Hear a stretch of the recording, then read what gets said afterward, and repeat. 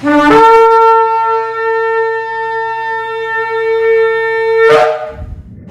Shalom, está la congregación 20 Espirales del sector Candelaria en la carretera número 2 en Arecibo. Esta que le habla es la Roa y la doctora Maritza Rivera.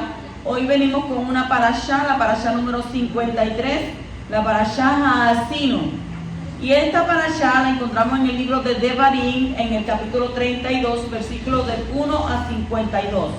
Esta parashá significa prestar oído. Prestar oído. Hacemos una introducción de lo que habla esta parashá. Dice que esta parashá comprende un solo capítulo en el que Moshe, inspirado por Yahweh, escribe un cántico. Su intención fue expresar lo vivido con Israel en el desierto, su agradecimiento y su amor por Abba. Y Moshe en este cántico reconoce que Yahweh es roca, que es perfecto, que es recto, que es justo, que es creador, que es amoroso, que es protector, guía, rescatador, proveedor y celoso. No celos carnales, sino por amor. Además de que es consejero, es juez y es un Elohim único. Este cántico comprende 4 cosas: la exaltación a Yahweh, la exhortación al pueblo, la profecía y la misericordia. Entonces, esta parashá concluye con la instrucción de Yahweh hacia Moshe de subir a la cima del monte Nebo, desde donde va a observar la tierra prometida antes de morir ahí.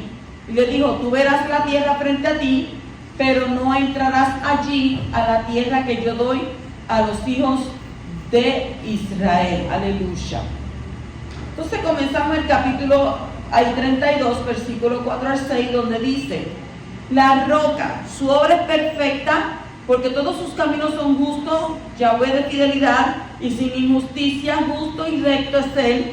En forma corrompida se han portado con él, no son sus hijos debido a los defectos de ellos, son una generación perversa y torcida. Así pagáis al Creador, oh pueblo insensato e ignorante. ¿No es Él tu Padre que te compró? Él te hizo y te estableció. ¿Puede entonces uno tener al Creador como su Padre sin ser su hijo? ¿Puede uno tener al Creador como su Padre sin ser su hijo? Este cántico de Moshe constituye una profecía que habla de toda la historia de Israel, desde antes de su principio hasta el final esplendoroso y eterno. Y por eso es un testimonio a lo largo de los siglos de cómo el Creador ha sido fiel y cómo una parte de su pueblo ha sido infiel. No obstante, por la Hanán, por la gracia, por la misericordia de nuestro Creador, Él va a cumplir el propósito que tiene con su pueblo y finalmente triunfará en esplendor. Y en estos versículos está escrito que los hijos de Israel no son considerados como hijos del Creador. Y usted, pues esté atento acá. No son considerados como hijos del Creador cuando se vuelven a la perversidad y cuando tuercen el derecho a pesar de que Él sigue llamándose su Padre. O sea que esto nos enseña que ser hijo no solo tiene que ver con origen, sino también con la fidelidad a ese origen, según Lucas capítulo 15 y versículo 24. Entonces, ser hijo del Creador implica ser como Él y andar en sus caminos. Como Él es fiel, porque nuestro Abba es fiel, pues entonces sus hijos tienen que ser ¿qué? Fieles. Sus hijos también tienen que ser fieles. Entonces, como Él no tiene perversión moral, sus hijos son los que no son moralmente corruptos. Como Él es justo, entonces sus hijos son los justos. Y como Él es recto, pues ¿qué entonces serían sus hijos? Rectos. Los que abandonan el camino de Yahweh van a perder el derecho a ser sus hijos junto con la herencia de la vida.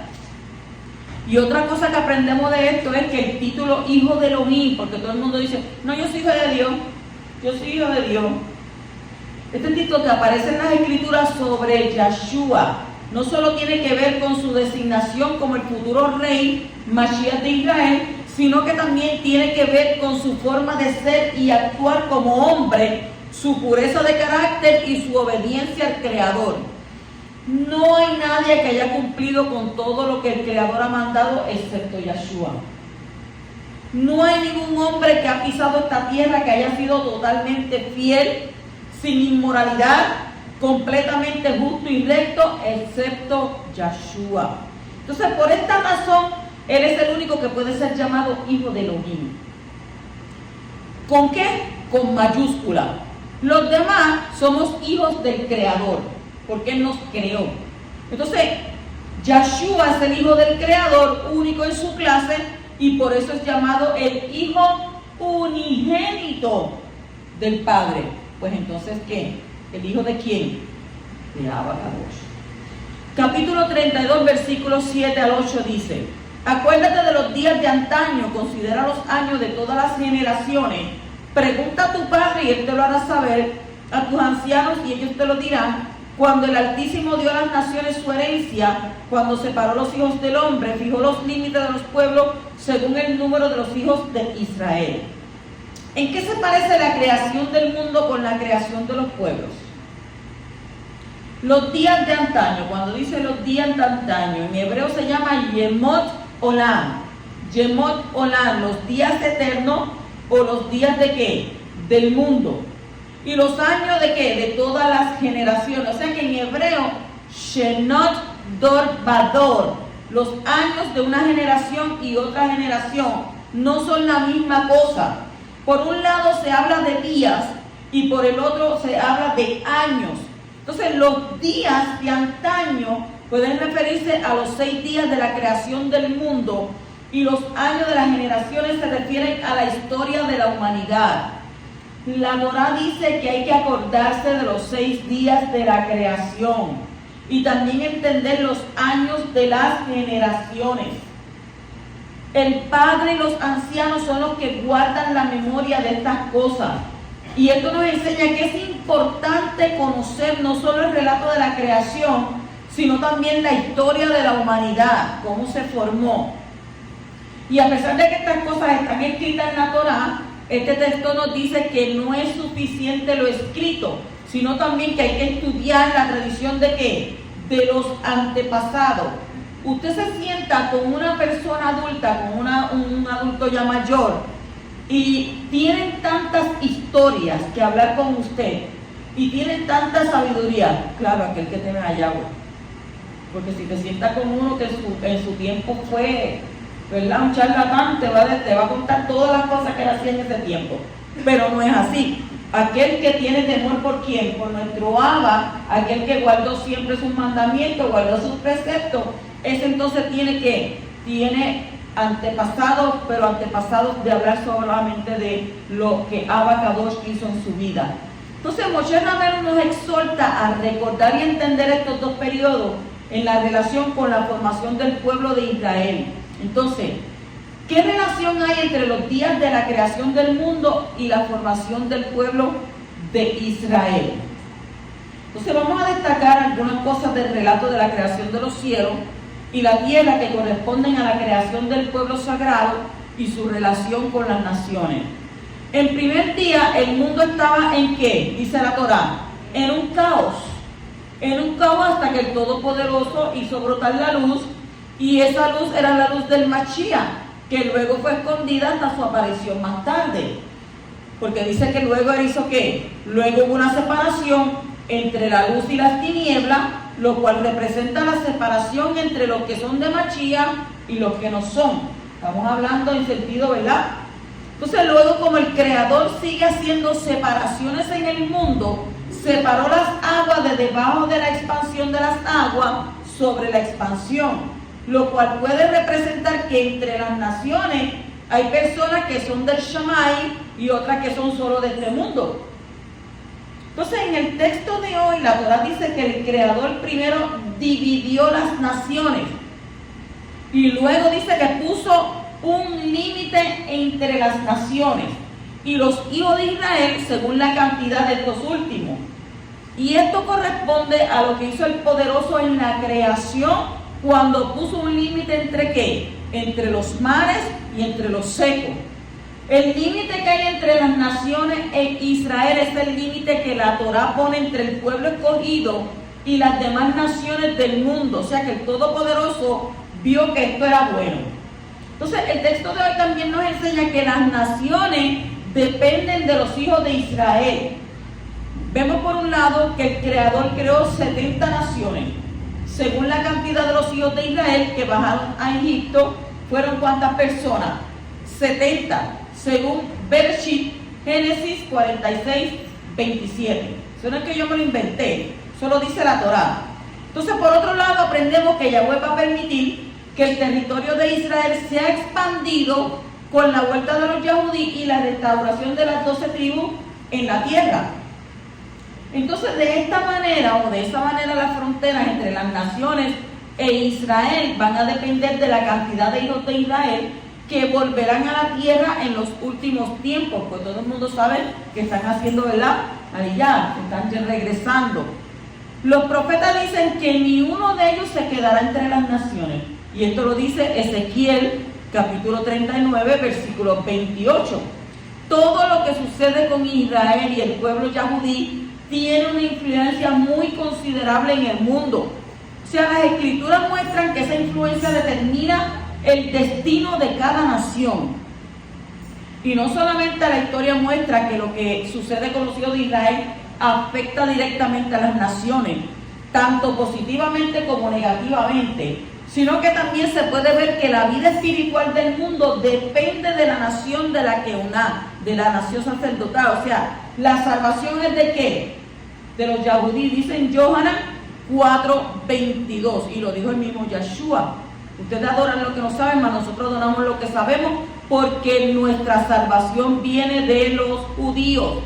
Usted lo puede buscar en cualquier escritura, las adulteradas y las que no son adulteradas, y siempre te va a decir que vino de quién, que la salvación viene de los judíos. Juan 4:22.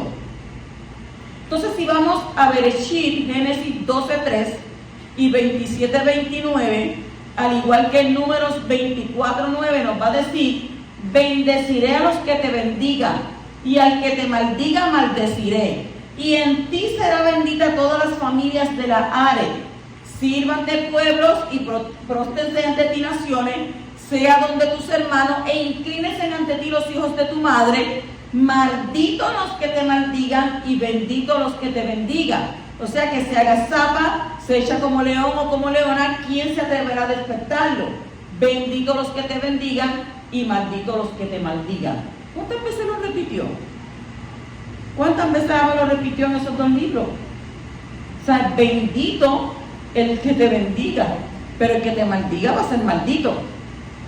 Entonces, lo peor que pueden hacer las naciones es hacer guerra contra Israel y hacer, ¿verdad?, en contra del pueblo judío. Lo mejor que pueden hacer es colaborar con el Creador en el restablecimiento del pueblo sagrado, para que sea esa nación de Keuná, de sacerdotal, que fue creada para hacer lo cual beneficiará ¿a quién? ¿A ellos solo? A todos, porque todos estamos incluidos ahí.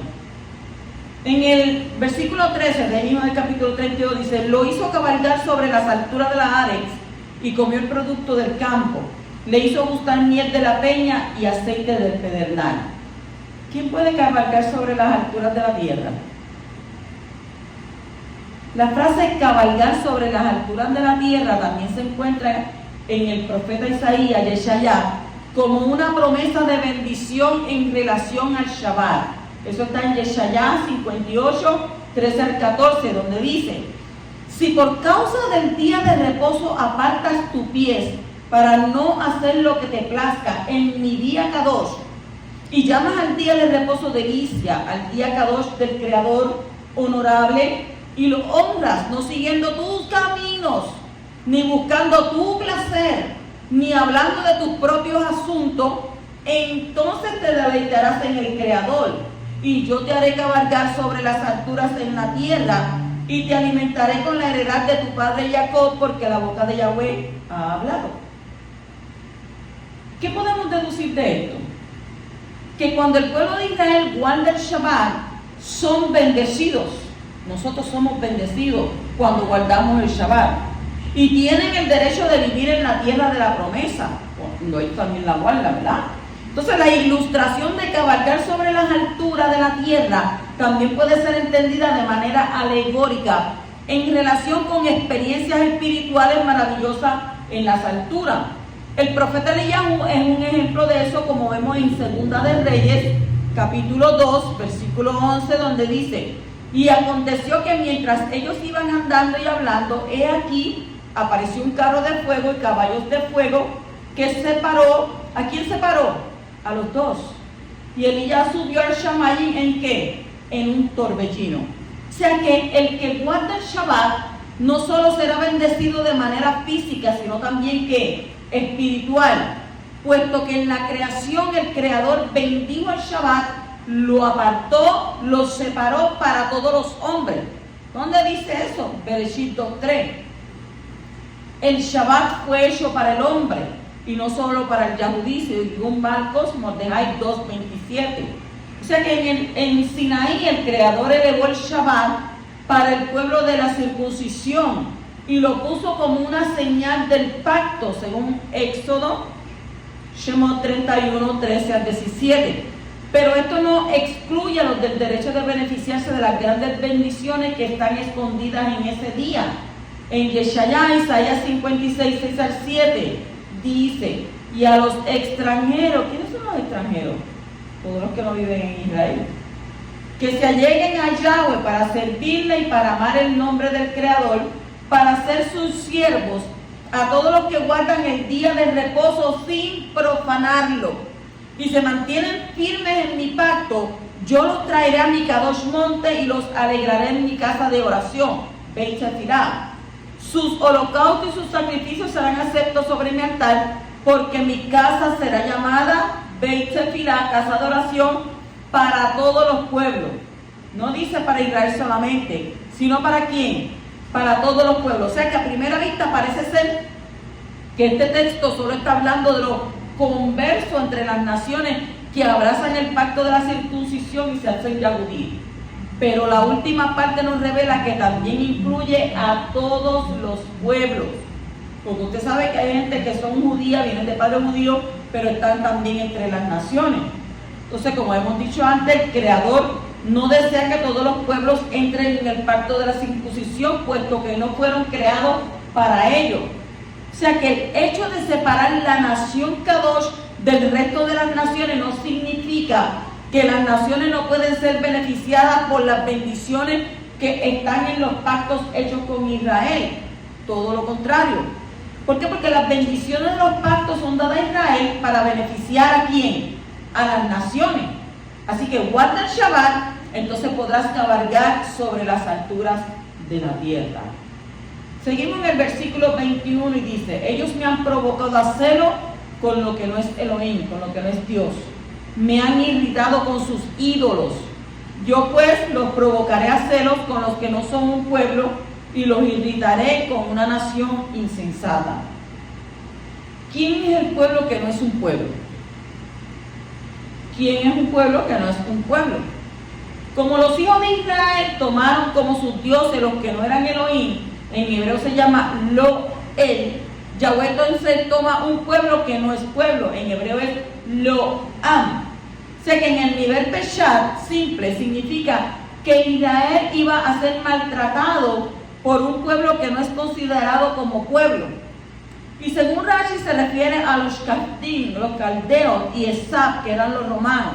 O sea que los caldeos son el mismo pueblo que los babilonios y los habitantes de la antigua Caldea, el país de Babilonia. Entonces ese imperio destruyó ¿qué? El primer templo. ¿Dirigido por quién? El primer tiempo, ¿quién lo descubrió? ¿Quién lo destruyó? Nabucodonosor. Entonces, según Nachmanides, de los Caldim no constituían una nación en su inicio, pero el Creador los engrandeció con el fin de utilizarlo para conquistar y dominar el mundo. Según Guraríes dice que los Caldim no tenían importancia intrínseca porque no poseían ni escritura ni lenguaje propio y por ello no formaban parte de las 70 naciones primordiales. O sea, un descendiente de Esab fue el que fundó Roma. Los romanos destruyeron el segundo templo. ¿Quién lo destruyó? ¿Quién lo guió? El emperador Tito. El primero fue Nabucodonosor, el segundo fue el emperador Tito. Entonces Ariel se basa en este álbum para decir que Edom tampoco es considerada una nación en sí misma. ¿Por qué? Porque originalmente tampoco tenían ni escritura ni lenguajes propios. O sea que también se puede interpretar el texto desde un nivel más alto, de manera que habla de quién, de los gentiles, que por causa de la apostasía de Israel recibe la posibilidad de entrar y formar parte del pueblo divino, oportunidad que es producida por medio de la obra de quién, de Yeshua. O sea que al igual que el pueblo de Israel consideró como sus dioses los que no eran Elohim, Yahweh considera a los convertidos de entre los gentiles como su propio pueblo. Dentro de Israel hay un pueblo más numeroso que los Yahudí de origen gentil, que ha sido tomado por quién, por el Creador como su pueblo por medio de Yeshua, el ungido, el Mashiach. Entonces estos gentiles reciben por adopción el derecho legal de ser llamados hijos de Abraham y de Elohim, y por lo tanto también son herederos de las bendiciones que son para Israel, y esto va a provocar a los Yahudí a ira. En Romanos 10:19, porque uno tiene que decir de dónde uno saca las cosas, dice y añado, ¿acaso Israel no sabía? En primer lugar, Moshe dice, yo os provocaré a celos con un pueblo que no es pueblo, con un pueblo sin entendimiento, os provocaré a ira. O sea, Shaul está desarrollando este texto en los dos capítulos, capítulo 10 y capítulo 11 de la carta a los romanos. En el final del capítulo 11 dice que por la apostasía de una parte de Israel, no dice todo, dice de una parte de Israel, los gentiles llegan a obtener los derechos que pertenecían a los hijos de Israel. Entonces, este hecho provoca celo ¿a quién? En los judíos. De modo que también ellos van a querer recibir la salvación dada por medio de Yeshua el Mashiach. Primeramente al Yahudí, dice ahí en la Escritura, y luego ¿a quién? También al griego. O sea, que no son los judíos creyentes en Yeshua los que tienen el llamado de provocar a los judíos incrédulos a celos, sino quieren que los gentiles que abrazan el judaísmo universal en el Mashiach, como está escrito en Romanos 11:11 y 13 al 14, donde dice, digo entonces, ¿acaso tropezaron para caer? De ningún modo, pero por su transgresión ha venido la salvación a los gentiles para causarles celo, pero a vosotros hablo gentiles. Entonces, puesto que yo soy apóstol de los gentiles, honro mi ministerio, y si en alguna manera puedo causar celo a mis compatriotas y salvar a algunos de ellos. El texto hebreo utiliza dos palabras sinónimas para pueblo, es Am y Goy. Am, que se traduce como pueblo, y Goy como nación. O sea que la palabra Goy es usada algunas veces en relación con el pueblo del pacto, pero el término que mayormente se aplica para ellos es Am. Por eso decimos Am Israel Hay, el pueblo de Israel vive. Entonces, según Strong, Am tiene que ver con una unidad congregada, y Goy está relacionada con un cuerpo. O sea que el texto de hoy dice que Yahweh va a provocar al pueblo de Israel con un ¿qué? Con un no pueblo, lo am. En hebreo lo es no, am pueblo, con un no pueblo, que a su vez es un pueblo, que es Goy. Entonces esto nos enseña que los convertidos al Creador por medio de Yeshua no son am, pero son un Goy. ¿Están entendiendo lo que les quiero decir? Entonces, como no pueblo de Israel, pero siendo un pueblo espiritual, ¿sí, no? Que es una parte del mismísimo cuerpo de ¿quién? Del Mashiach. ¿Por qué? Porque tienen que causar celo a los Yahudí. O sea, no haciéndose judíos, porque si se hacen judíos, pues entonces ya no serían un Loam y no podrían cumplir con esta misión. Entonces, te digo, no busques ser judío, porque hay gente que quiere ser más judío que los judíos. No podemos buscar ser judíos, tenemos que buscar la llanura del Ruach, y del Creador y vivir en un alto nivel de obediencia a los mandamientos que nos corresponden a nosotros y cumplir la misión de provocar entonces a los yahudí a celo. ¿Cómo vamos a ir a darle celo a un judío? Que un judío vive leyendo Torah, vive orando, haciendo tefilá, vive buscando la llanura de Ruel, y nosotros que no leemos la Torah. Te puedes preguntar, ¿y tú sabes lo que dice el Salmo 23? ¿Y tú sabes lo que dice en Bereshit 2? ¿Ah? Préndeme la luz. ¿Cómo lo vamos a provocar? Porque sabemos que el pueblo yahudí es el pueblo del libro. Y cuando dice que es el pueblo del libro es porque estudian la Torah. Entonces, nosotros a veces pensamos, ay, yo salí de la escuela y no tengo que seguir estudiando más nada. No, ahora es cuando usted tiene que estudiar. Porque cuando usted estudia, usted entonces obtiene conocimiento. Y cuando usted obtiene conocimiento, a usted no le pueden engañar. Porque cualquiera puede venir y decirte algo. Por eso es que tanta gente ha pecado. ¿Por qué? Por inocente, porque alguien viene y le dice algo, y eso lo hemos vivido muchas veces aquí. Y cuando aquel te dice una cosa, acá viene y dice, ay, que yo no sé, yo como que estoy confundido. Yo como que estoy confundida. ¿Cómo tú puedes estar confundido o confundida porque aquel te diga algo cuando si tú estudias la Torah y sabes lo que dice las Escrituras, lo primero que tú le vas a decir, pero ven acá. Pero la Escritura a mí me dice otra cosa en este libro, en este capítulo y en este versículo.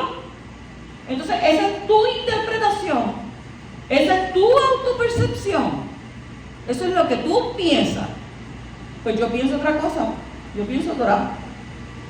Esto lo dice la Torah y esto es lo que es. Entonces, ¿cómo provocamos a los yahudíes a hacerlo? Siendo también nosotros parte del pueblo del libro, estudiando también, ¿verdad?, la Torah. Ahí mismo en el 36, 32, 36 dice, porque el Creador vindicará a su pueblo y tendrá compasión de sus siervos cuando vea que su fuerza se ha ido y que nadie queda ni siervo ni libre. ¿Cuándo vendrá la redención final? Todos nos tenemos que hacer esa pregunta, ¿verdad? Hasta este punto en el discurso de Moshe Rabenu solo ha habido palabras de reprensión por la conducta maligna de la mayoría del pueblo israelita. Entonces ahora hay un cambio de tono y el Creador se vuelve contra los enemigos del pueblo del pacto, que también son sus enemigos, y muestra misericordia a quienes, a sus siervos.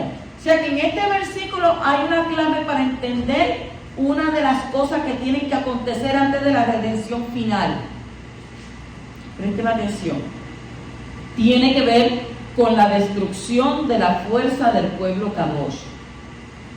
Llegará un momento cuando el poderoso dejará que los enemigos hagan daño al pueblo del pacto para quebrar todo su poder e intentar de destruirlo.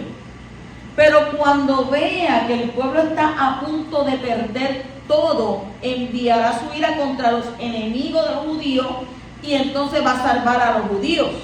Entonces ese será el momento de la redención final, cuando el Creador mismo vendrá a salvar a su pueblo. Para decirlo de otra manera, cuando el poder del pueblo judío haya sido quebrado y no haya ninguna esperanza humana para su supervivencia, entonces vendrá la redención. Ay, no, porque es que yo voy a ver a Mashiach en esto, no, porque es que Israel es el reloj profético. Y lo que sucede en Israel, nosotros tenemos que estar pendientes. Entonces, hay dos cosas que dan fuerza a Israel en el día de hoy: los Estados Unidos y el ejército de Israel. Cuando el apoyo de estos dos haya sido quebrado y el pueblo solo podrá mirar hacia arriba y confiar entonces en su Elohim, ahí es que vendrá el Mashiach. Y también hay otros textos que hablan del mismo evento en Daniel capítulo 12, versículos 6 al 7, donde dice: y uno de ellos dijo al hombre vestido de lino que estaba sobre las aguas del río: ¿para cuándo será el fin de estas maravillas? Y oí al hombre vestido de lino que estaba sobre las aguas del río, que levantó su mano derecha y su mano izquierda al Shamayim, al cielo, y juró por aquel que vive para siempre, que será por un tiempo y tiempos y la mitad de un tiempo, y cuando se termine la destrucción del poder del pueblo Kadosh, se cumplirán todas estas cosas. Isaías 63 habla de la venida del Mashiach en nombre del Creador, cuando ejecutará la venganza sobre los enemigos que estarán a punto de destruir el poder del pueblo de Israel. En los versículos 1 al 6 dice: ¿quién es este que viene de Edom, de Bosra, con vestiduras de colores brillantes? Este majestuoso en su ropaje, que marcha en la plenitud de su fuerza. Soy yo que hablo en justicia, poderoso para salvar. Porque es rojo tu ropaje y tus vestiduras como las del que pisa en el lagar. El lagar lo he pisado yo solo. De los pueblos ningún hombre estaba conmigo. Los pisé en mi ira y los hollé en mi furor, y su sangre salpicó mis vestiduras y manché todo mi ropaje. ¿Por qué? Porque el día de la venganza estaba en mi corazón y el año de mi redención había llegado. Miré y no había quien ayudara. Me asombré de que no hubiera quien apoyara. Entonces me salvó mi brazo, y fue mi furor el que me sostuvo, y pisoteé los pueblos en mi ira, los embriagué en mi furor y derramé su sangre por tierra. O sea que cuando dice que él solo tenía que pisar y que ninguno de los pueblos y ningún otro estaba con él, puede entenderse de manera que el apoyo de los Estados Unidos e incluso del ejército de Israel ya no tendrán poder para poder enfrentar a los enemigos, y que la salvación del pueblo yahudí solo vendrá por medio del Mashiach. Esto también se puede ver en la profecía de Zacarías 14:1-5, donde dice: aquí viene el día del Creador, cuando serán repartidos tus despojos en medio de ti, y yo reuniré a todas las naciones en batalla contra Jerusalén, y será tomada la ciudad, y será saqueada la casa, violada las mujeres, la mitad de la ciudad será desterrada, pero el resto del pueblo no será cortado de la ciudad. Entonces, dice, saldrá el poderoso y peleará contra aquellas naciones como cuando él peleó el día de la batalla. Sus pies se posarán aquel día en el monte de los olivos, que está frente a Jerusalén al oriente, y el monte de los olivos, ¿qué va a pasar? Se hendirá por el medio, de oriente a occidente, formando un enorme valle, y una mitad del monte se apartará hacia el norte y la otra mitad hacia el sur. Y huiréis al valle de mis montes, porque el valle de los montes llegará hasta Azar. Huiréis tal como huisteis a causa del terremoto en los días de Usías, rey de Judá. Y vendrá Yahweh mi Elohim y todos los Kadosh con él. O sea que cuando el ejército de Israel esté quebrado, entonces vendrá la redención final. Así que Yahweh nos dé sabiduría para nosotros poder discernir el tiempo en que estamos viviendo.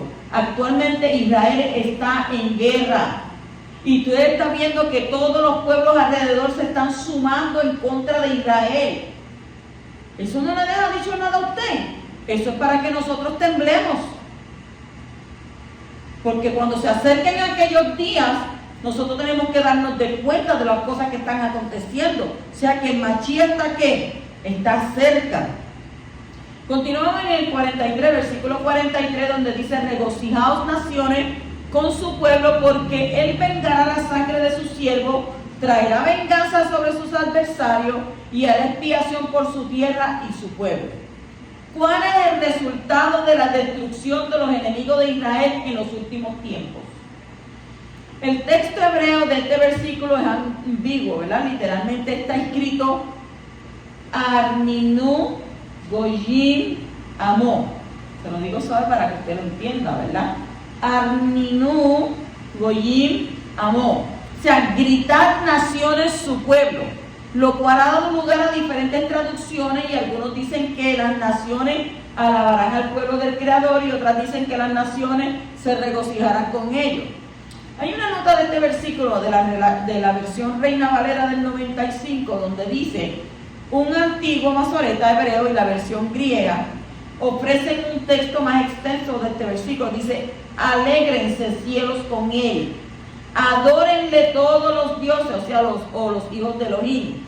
Alégrense naciones con su pueblo, y que todos los mensajeros de Yahweh se fortalezcan para él, porque él vengará la muerte de sus hijos, tomará venganza de sus enemigos, dará su merecido a los que lo aborrecen, el Creador perdonará la tierra de su pueblo.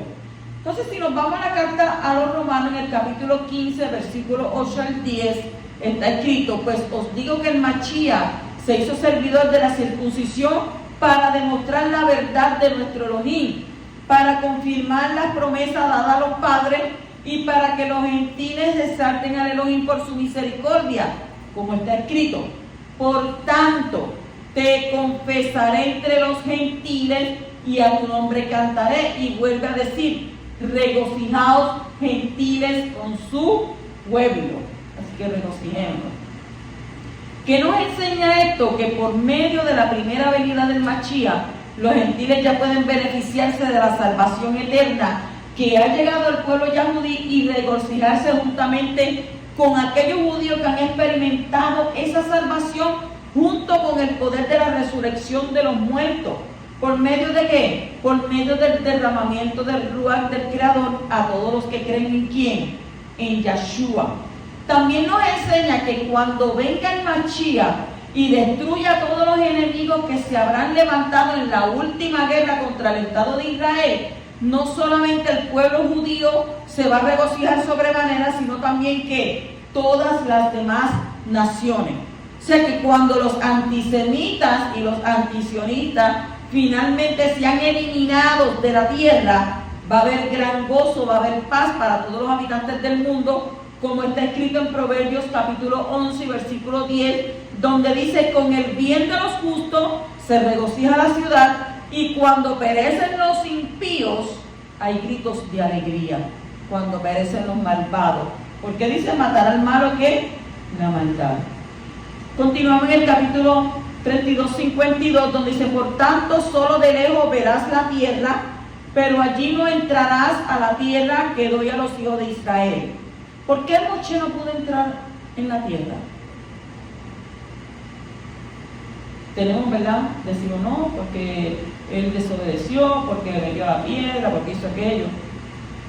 Moshe imploró tanto entrar a la tierra, le imploró tanto a Yahweh que le quitara la sentencia y que lo dejara entrar en esa tierra que él había prometido, pero Yahweh que le dijo, no, que no. Entonces, ¿cuál fue el motivo del Creador para no permitir que Moshe cruzara un pequeño río para pisar la tierra prometida? Era lo único que tenía que hacer, un pie y ya la cruzó. Pero Yahweh dijo que no. El motivo no fue solamente enseñar la gravedad de los pecados de los líderes. No fue solamente mostrar la firmeza en sus decisiones. Hay un motivo mucho más importante detrás de esa decisión de nuestro Abba. ¿Pero cuál es? El gran profeta Moshe transmitió la Torah al mundo. El que hizo grandes milagros. Habló con el Creador panín tu panín, cara a cara. Este hombre que había alcanzado el mayor nivel de Kadushá, el mayor nivel de santidad que un hombre puede tener, no tenía suficientes méritos ni para pasar él mismo, ni para hacer pasar el pueblo a la tierra prometida.